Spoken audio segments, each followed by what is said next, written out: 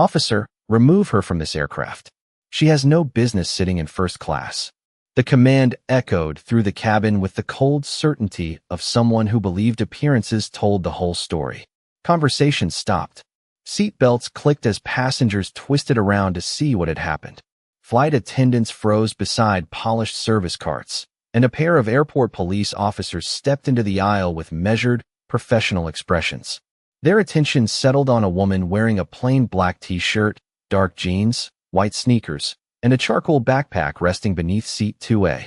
Naomi Brooks looked up calmly, her hands folded across her lap, as if she had expected this moment long before she boarded the flight. She didn't argue. She didn't raise her voice. She simply met the officer's eyes while the murmurs around her grew louder with every passing second.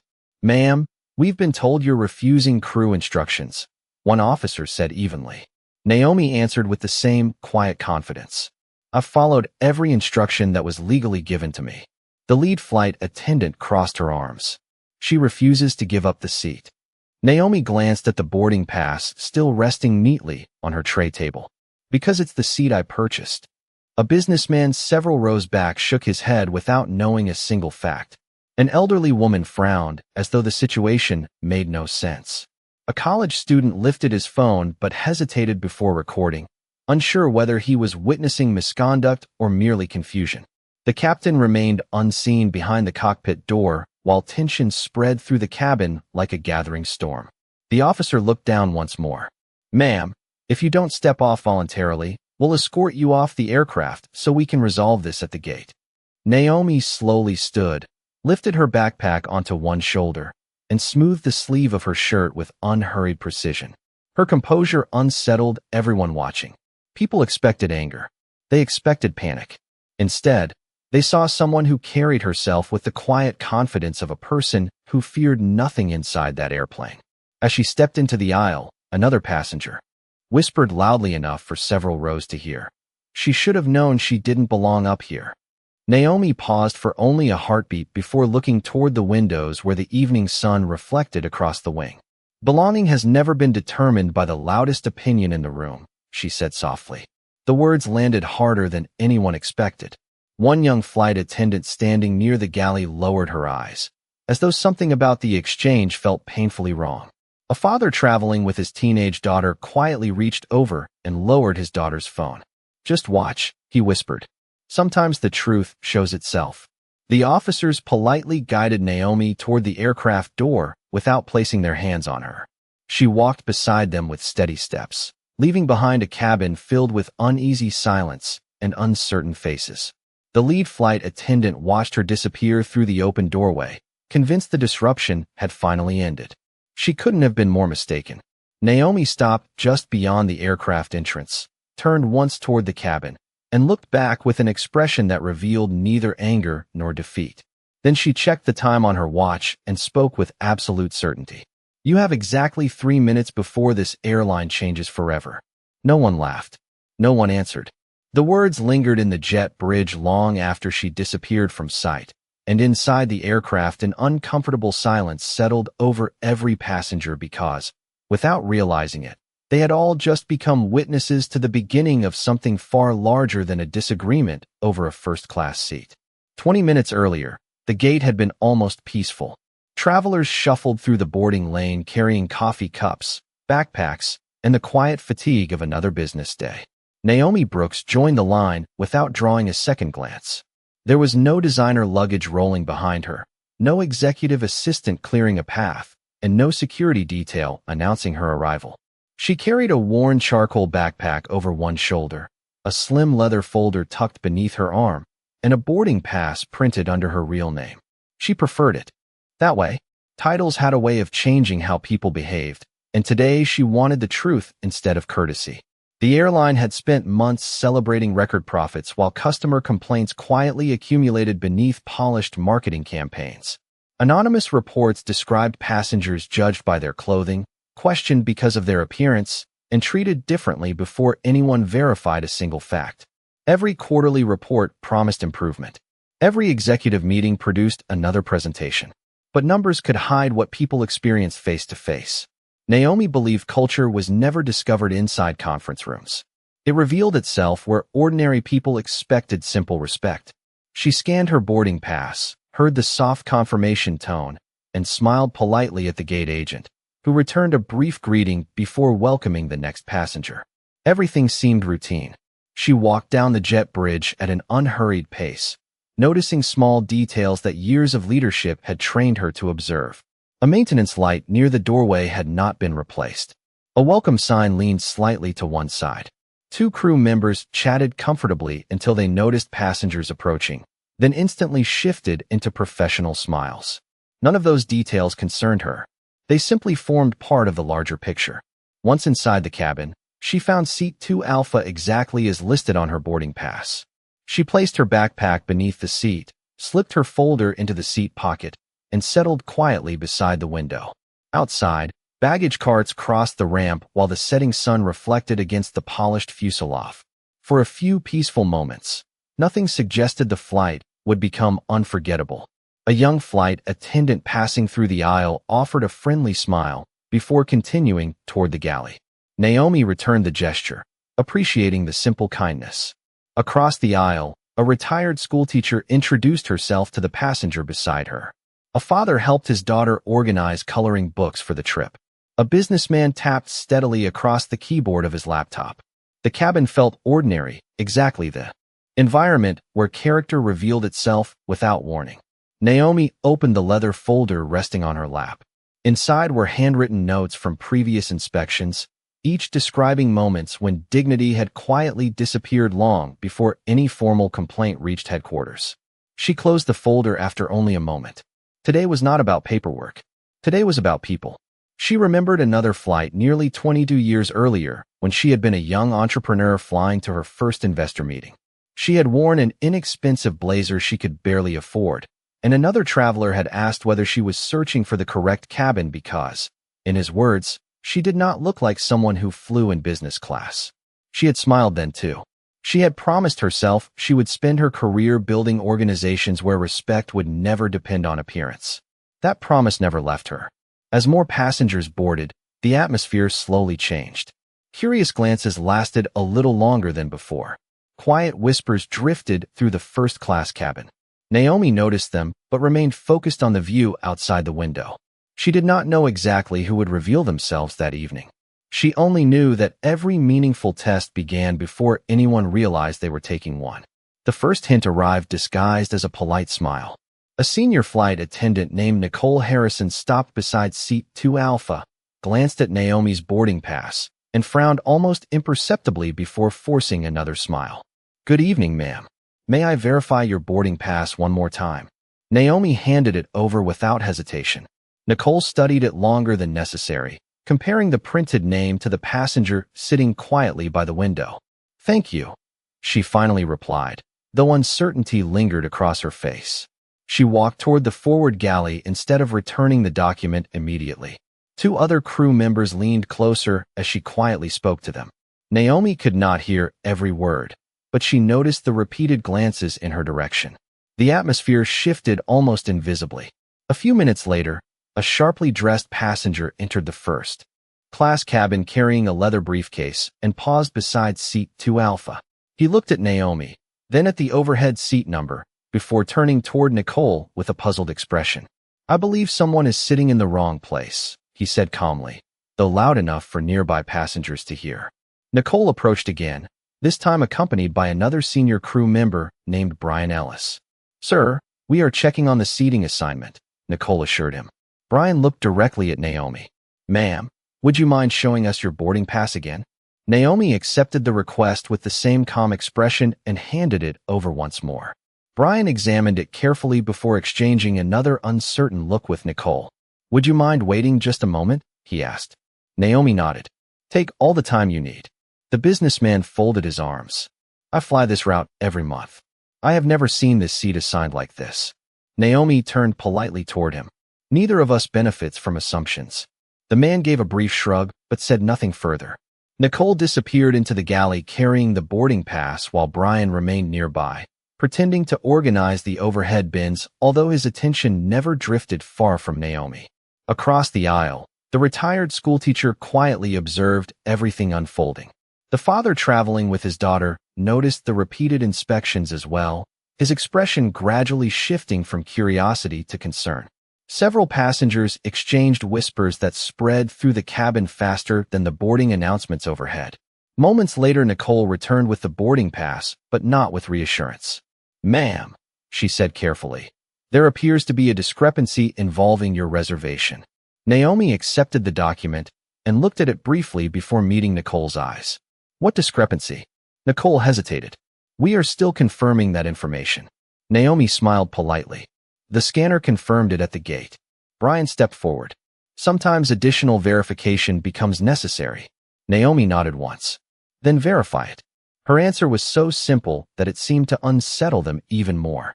There was no argument to respond to, no raised voice to justify suspicion. Only patience. Nicole excused herself again, this time disappearing through the cockpit door. Less than a minute later, the captain emerged with measured steps, introducing himself as Captain Stephen Wallace. He carried himself with quiet authority, but the seriousness in his expression immediately silenced the remaining conversations in first class. He looked directly at Naomi before speaking. "Good evening, ma'am. We have a concern regarding your seating assignment, and until we resolve it, I need to ask you not to leave your seat." Naomi folded her hands across her lap once more. "Captain, I have no intention of going anywhere." The words sounded respectful, yet they carried a confidence that made everyone nearby look up from their phones. The businessman smiled as though expecting the situation to end quickly. Instead, the captain reached for the cabin intercom and quietly requested assistance from airport operations. At that exact moment, the young flight attendant who had welcomed Naomi earlier glanced toward a passenger manifest displayed on her service tablet.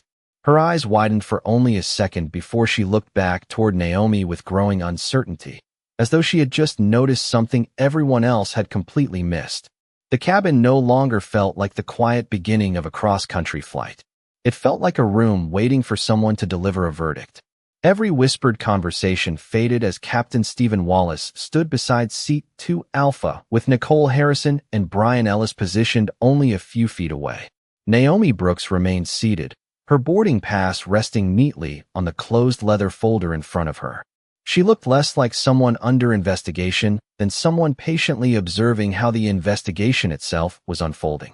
Near the forward galley, the youngest member of the cabin crew quietly studied the passenger manifest again. Her name was Emily Carter, 26 years old, only 8 months into her career. She enlarged the information on her service tablet, then checked it a second time. Seat 2 Alpha. Naomi Brooks.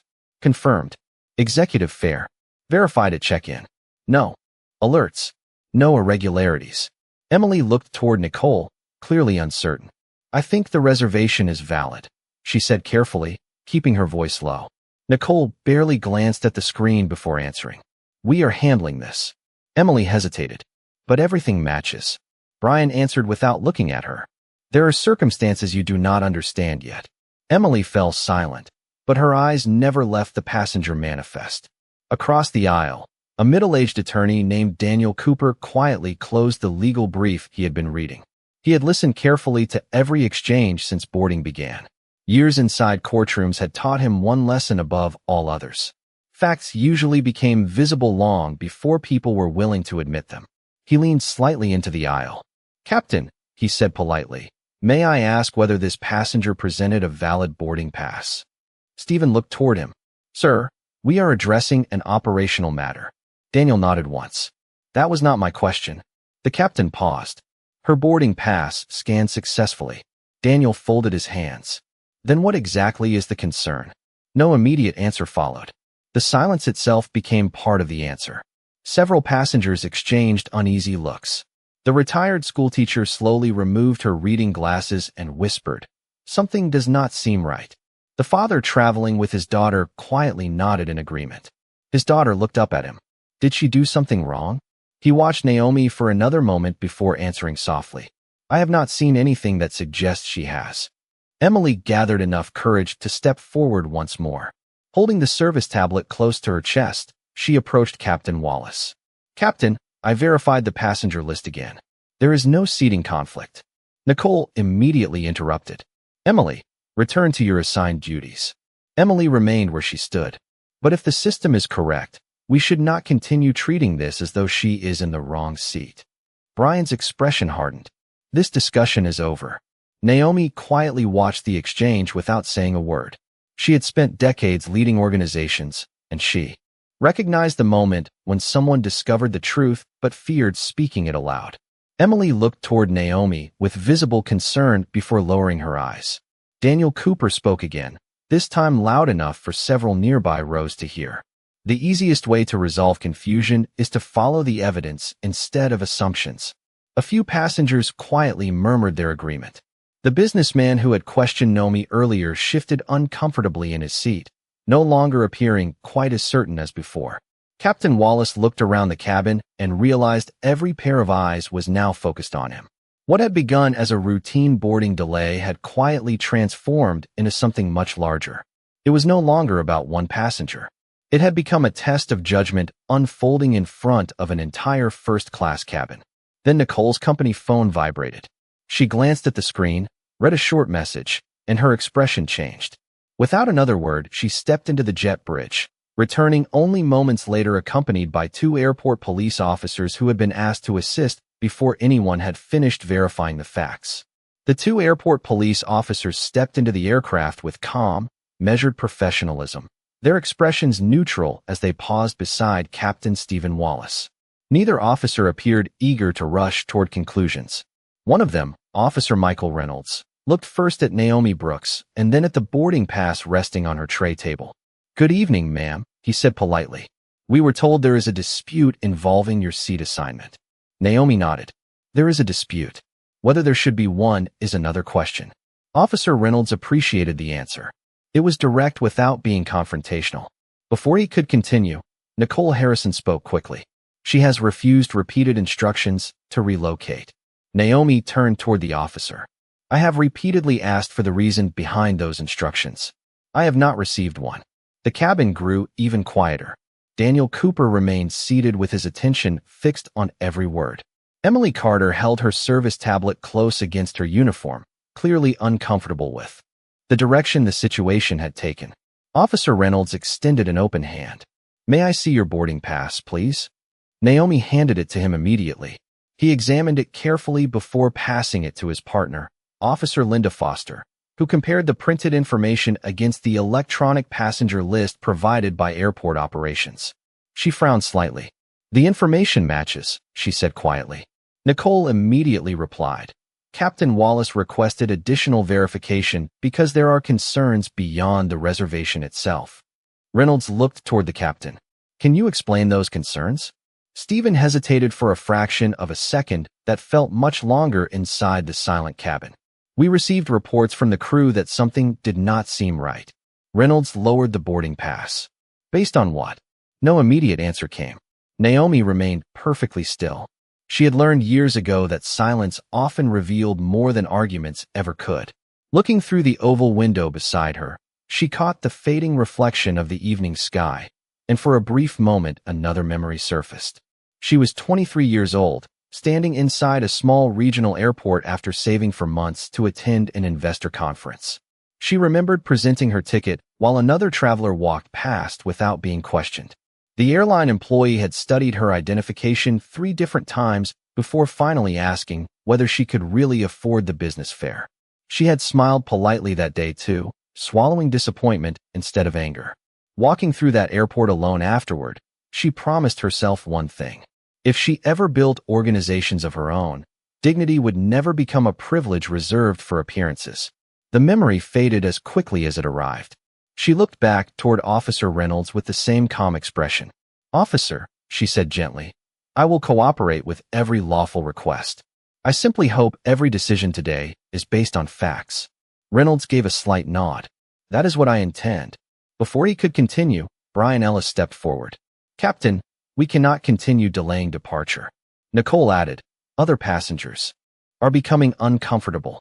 Almost immediately, the retired schoolteacher spoke from across the aisle. "I am uncomfortable because she keeps answering respectfully while everyone else keeps changing the reason she should leave."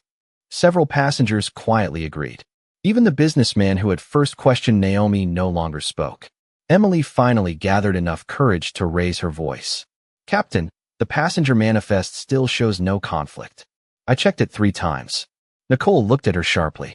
Emily, enough. But the young flight attendant did not lower her eyes this time. Respectfully, I think we should resolve this with evidence instead of assumptions.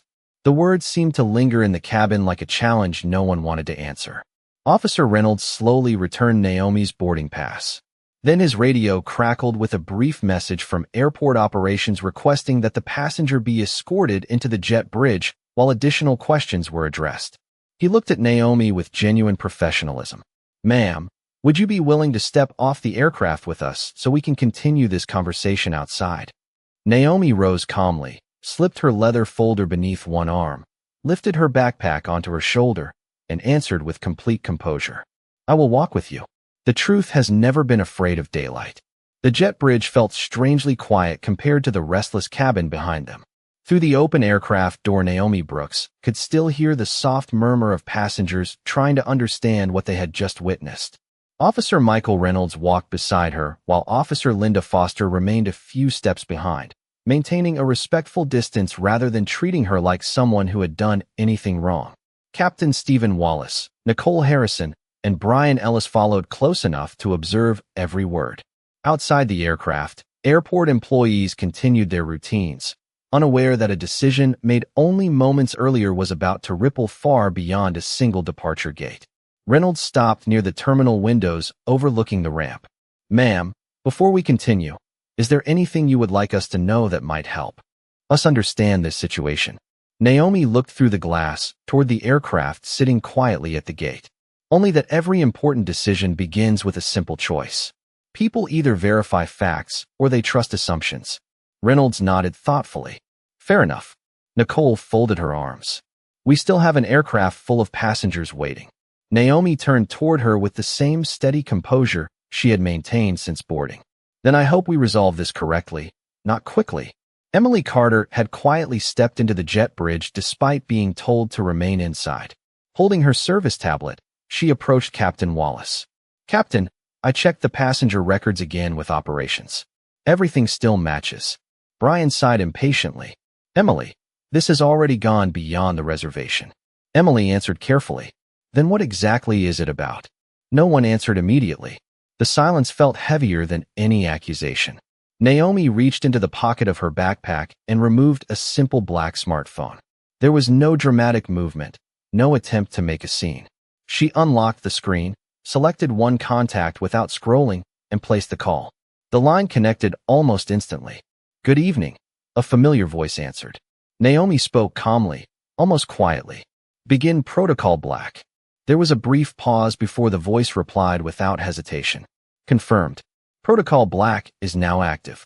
Naomi ended the call and slipped the phone back into her pocket. She offered no explanation. She did not mention names, positions, or authority. She simply waited. Nicole exchanged a puzzled look with Brian. Protocol black. Brian shrugged. Probably a lawyer. Captain Wallace glanced toward the officers, trying to read their reactions, but neither officer appeared interested in speculation. Reynolds looked at Naomi. Would you like to tell us what that means? Naomi smiled politely. You will know soon enough. Less than 30 seconds passed before Nicole's company phone vibrated. Then Brian's phone lit up. A moment later, Captain Wallace's company tablet chimed with an urgent notification. Airport operations received an alert. The gate. Supervisor's radio crackled with instructions to remain at the gate and delay departure until further notice. No explanation accompanied the messages, only a priority code that none of them had seen before. Brian unlocked his phone and stared at the screen. His expression slowly changed from irritation to confusion.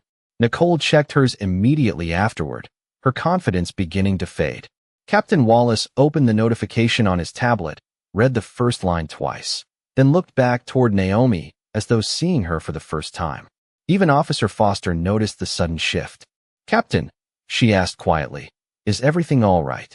Stephen hesitated before answering. I am not certain anymore. Across the jet bridge, the aircraft door remained open, and curious passengers continued watching from their seats. Daniel Cooper noticed crew members receiving urgent messages one after another. Emily looked from their anxious faces to Naomi's calm expression, and for the first time that evening, She realized the woman standing quietly beside the terminal windows had never once behaved like someone worried about the outcome. She had behaved like someone waiting for everyone else to discover the truth they had overlooked from the very beginning. Captain Stephen Wallace read the notification a third time, hoping the words would somehow change. They did not. The message carried the highest internal priority level used by the airline's Executive Operations Center. Every department head assigned to the flight had been instructed to suspend all discretionary decisions until direct authorization arrived from corporate headquarters. Below the order appeared a single line that immediately drained the color from his face. Executive Oversight Protocol initiated by Office of the Chief Executive Officer. Brian Ellis looked over the captain's shoulder and swallowed hard. "That cannot be right," he whispered. Nicole Harrison unlocked her own phone again, only to find an emergency conference invitation from the airline's executive office, marked mandatory and immediate. The gate's supervisor received identical instructions seconds later. Airport operations requested that no aircraft movement occur until senior leadership established contact. Officer Michael Reynolds quietly watched the growing confusion before looking toward Naomi Brooks. "Ma'am," he said respectfully, "are these messages connected to your phone call?" Naomi answered with complete honesty. "Yes." Reynolds nodded once. "Would you mind explaining?" Before Naomi could speak, another voice echoed through the jet bridge. "Captain Wallace." Everyone turned toward a middle-aged man in a Navy business suit walking briskly from the terminal. His identification badge identified him as Richard Lawson, Regional Vice President of Flight Operations. Two additional executives followed close behind carrying tablets and company credentials. Richard stopped several feet from Naomi before addressing the captain. "What exactly happened here?" Stephen tried to answer confidently, but his voice no longer carried the certainty it had only minutes earlier. "We believe there was an issue involving a passenger." Richard frowned. "Believed?" Nicole stepped forward. There were concerns raised by the crew. Richard looked from Nicole to Brian, then toward Officer Reynolds. Were those concerns supported by evidence? No one answered immediately. Emily Carter quietly lowered her eyes. Daniel Cooper and several passengers continued watching through the aircraft doorway, sensing that the entire situation had shifted in ways they still could not understand. Richard finally turned toward Naomi. The moment he recognized her, his expression changed completely. Without hesitation, he extended his hand. "Ms. Brooks, I sincerely apologize for the delay." Captain Wallace stared at him in disbelief. Nicole looked equally confused. Brian seemed unable to speak. Richard continued. "I arrived as quickly as possible after receiving the executive alert." Captain Wallace blinked. "You know her?" Richard looked at him with genuine surprise. "Of course I know her." He paused just long enough for every person standing in the jet bridge to absorb the moment before continuing. "This is Naomi Brooks, Chairwoman and Chief Executive Officer of Horizon Capital Group." Silence settled over the terminal. Even the distant airport announcements seemed to disappear for a brief moment. Richard continued, speaking with quiet respect. "Horizon Capital is the largest institutional shareholder in this airline's parent company. The board requested that Ms. Brooks conduct an unannounced customer experience review after repeated reports concerning inconsistent treatment of passengers." Emily slowly closed her eyes, realizing every concern she had raised had been justified. Officer Reynolds glanced toward Naomi with newfound understanding, though his professionalism remained unchanged. Nicole's hands trembled slightly as she looked from Naomi to the executive standing beside her. Brian lowered his eyes without saying a word. Captain Wallace seemed unable to process what he had just heard. Naomi finally spoke, her voice remaining as calm as it had been since boarding. "My title is not the important part." Everyone looked toward her. "The important part is that every passenger deserves the same dignity whether they lead a Fortune 500 company, teach third grade, work a night shift, or save for months to purchase one first-class ticket." Richard nodded quietly. No one attempted to interrupt her. The truth had arrived without anger, without shouting, and without spectacle. It stood plainly before them, leaving every assumption made that evening exposed beneath the weight of simple, undeniable facts. No one spoke for several long seconds. The silence carried more weight than any apology could have. Captain Stephen Wallace slowly lowered the tablet still resting in his hands, his eyes fixed on Naomi Brooks as though the reality before him refused to match the assumptions that had guided every decision made that evening. Nicole Harrison stared at the floor, replaying each conversation in her mind, remembering every moment she had questioned a passenger whose reservation had never contained a single problem. Brian Ellis quietly stepped backward, no longer attempting to defend the choices that had brought them all into the jet bridge. Richard Lawson looked around at the assembled crew with the calm authority of someone who understood exactly how serious the situation had become. "Effective. Immediately," he said. "This aircraft will remain at the gate until a full operational review is completed. All decisions made concerning Ms. Brooks will be documented and reviewed by executive leadership." The words landed with unmistakable finality. The gate's supervisor immediately acknowledged the instruction through his radio, while airport operations confirmed that departure clearance had been withdrawn. Inside the aircraft, passengers noticed the activity outside growing even more intense. Several senior managers arrived carrying laptops and folders while maintenance supervisors stood waiting nearby, without understanding why a routine departure had suddenly become the highest priority event in the terminal. Daniel Cooper quietly observed everything through the open aircraft door before turning toward the retired schoolteacher beside him. "I believe we are watching accountability arrive in real time," he said softly. She nodded without taking her eyes off the jet bridge. Emily Carter remained standing near the doorway, her emotions shifting from uncertainty to quiet relief. She had questioned what she witnessed because it did not match the values she believed the airline represented. For the first time that evening, she realized speaking carefully had still mattered. Richard turned toward Naomi. "Ms. Brooks, the board of directors has requested a full briefing as soon as you are available. They have also asked whether you wish to continue your journey this evening." Naomi smiled gently. "The meeting can wait." Everyone looked toward her again. "Right now, there is something more important than my schedule." She turned to Officer Michael Reynolds and Officer Linda Foster. "Thank you for treating me with professionalism. You asked questions before reaching conclusions. That matters more than most people realize." Reynolds inclined his head respectfully. "We simply try to follow the facts." Naomi nodded. "That is exactly why trust exists." She then looked toward Emily. "And thank you for speaking when it would have been easier to remain silent." Emily's eyes filled with emotion, but she maintained her composure. "I only followed what the records showed." Naomi smiled again. Character often begins with small decisions that no one expects to remember. Finally, she faced Captain Wallace, Nicole Harrison, and Brian Ellis. None of them could meet her eyes for more than a moment. She did not raise her voice. She did not criticize them in front of the passengers. Instead, she spoke with remarkable calm. Leadership is measured long before someone reaches an executive office.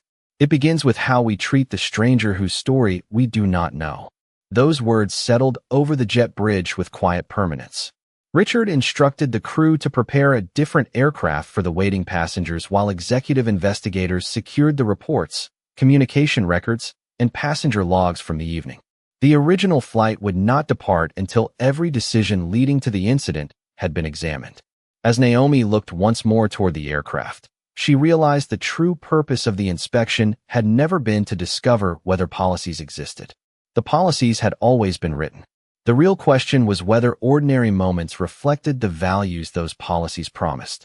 Tonight, everyone present had received the answer, and by morning the entire company would begin confronting what that answer demanded. The following morning, every executive conference room inside the airline's headquarters felt different. The polished tables, glowing presentation screens, and carefully prepared reports no longer seemed important. The only subject anyone wanted to discuss was what had happened at Gate 27. Security footage had already been reviewed from multiple angles. Passenger statements had been collected. Crew communications had been preserved. Every timeline pointed toward the same uncomfortable conclusion. A valid ticket had never been the problem. The problem had been the assumptions made before the facts were ever allowed to speak. Naomi Brooks entered the boardroom without an entourage, carrying the same charcoal backpack she had taken onto the aircraft the night before. Several directors stood as she entered, but she motioned for them to remain seated. "This meeting is not about embarrassing anyone," she began calmly. "It is about deciding who we become after we recognize the truth." No one interrupted. Richard Lawson presented the findings with complete transparency. Emily Carter's repeated attempts to verify the reservation had been confirmed. Officer Michael Reynolds and Officer Linda Foster had followed proper procedure by requesting evidence before reaching conclusions. Daniel Cooper and several passengers had independently described the same sequence of events. Every account aligned. Every fact supported the same story. Captain Stephen Wallace, Nicole Harrison, and Brian Ellis had each accepted responsibility for decisions influenced by assumptions rather than verified information. They offered sincere apologies, understanding that words alone could not repair the loss of trust created in a matter of minutes. Naomi listened without anger. When they finished, she quietly folded her hands on the table. "Accountability matters," she said. "But accountability without learning simply creates fear. I want something better than fear. I want lasting change." Over the following weeks, the airline introduced a comprehensive review of customer service procedures, expanded bias awareness training, strengthened evidence-based decision protocols, and created a confidential reporting system that protected employees who spoke up when something felt wrong. Emily was invited to help develop new training scenarios because her willingness to question assumptions reflected the culture the company hoped to build. Officer Reynolds later received a letter thanking him for demonstrating that professionalism begins with listening before judging. Daniel Cooper received a handwritten note expressing appreciation for reminding an entire cabin that evidence deserves a voice. As for Naomi, she quietly resumed her schedule, declining interviews and avoiding public attention. She believed the lesson belonged to everyone, not to her alone. Months later, travelers passed through the same terminal without ever knowing what had unfolded there. Flights departed. Families reunited. Business meetings continued. Life moved forward. Yet for the employees who had witnessed that evening, one memory never faded. They remembered a woman who never shouted when she was misunderstood, never relied on her title to demand respect, and never forgot that dignity loses its meaning if it belongs only to the powerful. Long before anyone discovered she led one of the largest investment firms in the country, she had already shown the character that truly defined her. Her position explained her influence, but it never explained her strength. That came from something far more enduring. The greatest test of integrity is not how we treat the people whose names we recognize. It is how we treat the stranger whose story we have not yet heard. Because titles can remain hidden, wealth can be invisible, and success can wear ordinary clothes. Respect should never depend on discovering who someone is after the fact. It should be the first thing we choose to give, long before we know whether the person standing in front of us has the power to change our lives forever.